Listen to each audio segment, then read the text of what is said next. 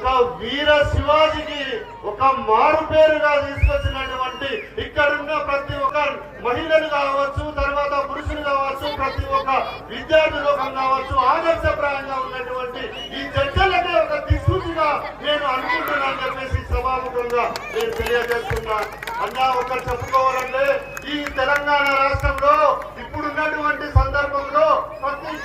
గ్రామాన ఒక వీర శివాజీ అనే వ్యక్తి పుట్టుకొస్తుందని చెప్పేసి మరొకసారి తెలియజేస్తున్నాం. ఎందుకంటే శివాజీ అనే వ్యక్తి ఒక మానవ సమూహం కాదు, అది ఒక